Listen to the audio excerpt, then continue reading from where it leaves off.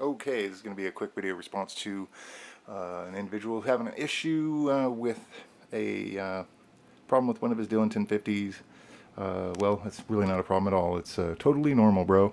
Don't sweat the small stuff. It's all good. You have a perfectly healthy Dillon.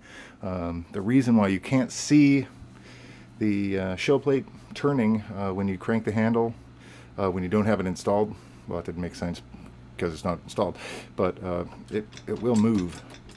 The ram can twist side to side. It's because of this joint right here flexes back and forth. It's no big deal because you have these indexers, all these points in here that feed themselves down into the tool head or the shell plate assembly. That's what line everything up. If you can make all three of these posts in here index and line up, the shell head's not going to move at that point. It's totally solid. So that's really what you need to be concerned about. If at the top of your stroke you notice that you get that, there's a lot of stuff moving on this. Don't worry about it. It's no big deal. It will not affect your loads whatsoever. It will not affect the tool head or any of the way anything's configured at all. Totally normal, bud. So don't worry about it. And all I have to say other than that is congratulations on the Dillon. Rock on. I liked mine so much I bought another. I use this one is the large primer size and the other one is the small primer size. I do my 223. Got some in here right now, as a matter of fact. These are so hard to pick up. OBX, man, you are so right. These are pesky. I know what you mean now. So yeah, I do 9mm 223 on this side, 308 and 45 on this side. So actually, I'm going to steal a bunch of OBX Soul Winds tips, and I'm going to pass them on to you. One of the things he does, which he taught me, he's taught me a lot about this, by the way. I don't know if you can notice these or not, but I have these little hash marks on my shell case tube.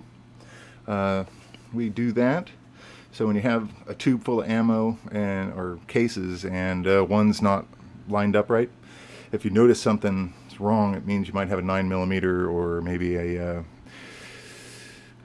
some other shell in there, and it's going to cause them not to line up. You already know something's wrong, so that's just something else to look for.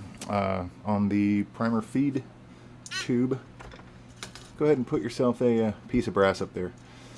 It just keeps the primers from clogging up the tube a little better, gives it a little more weight, and it keeps them feeding better. Well, that's all I can think of right now. But if you haven't already, let's see, what else can I pass on? You'll notice that on these powder dispensers, the first couple of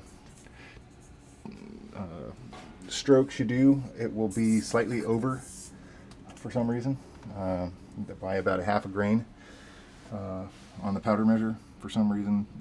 I always throw the first two out. I'll run two and then just empty them out and then just put them right back in the powder station over here, on this side, and I'll just dump the powder out, put it back after the third one has gone, and then just start loading from there. Everything stays pretty consistent after about the third stroke on that handle. So let's see, what else can I tell you? Problem I had, I don't know if you saw my video on it, but I had an issue with the primer tube where primers were coming out sideways and upside down. I ended up replacing, you can check out that video, but let's see, my spare parts. Here we are. Inside there are these things that connect to the bottom of the primer tubes, and specifically it was this blue one. It was broken. See that little line? It's supposed to expand. It was totally broken in there, and there was a chunk of something stuck up in there as well. So I replaced it, and I'm not having any issues whatsoever. So go ahead and check that if you start having weird primer issues.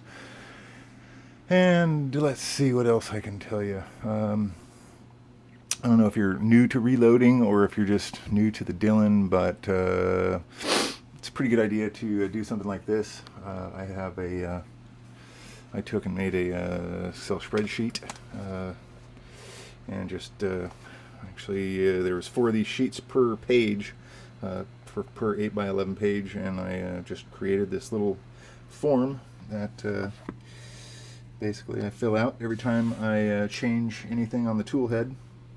So it just gives me my my like basic, is it good, fair, crappy.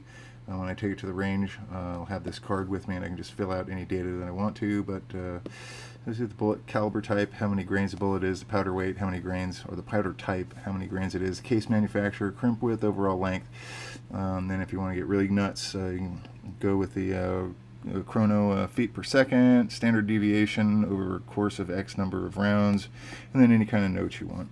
So I do these for pretty much every single session I do on the reloader, as well as I'll leave myself a note in case I walk away with any information I need to know, you know, what I did last on the machine and what the machine was doing. So for instance, here I'm at 5.2 grains with the Vitavari N320 with a crimp width of 0.47 inches and an overall length of 1.270 inches. So I know exactly where I left off, and if anything's different in the geometry of the bullets, I'll have to start poking around and try to figure out why. So that's all I can think of off the top of my head.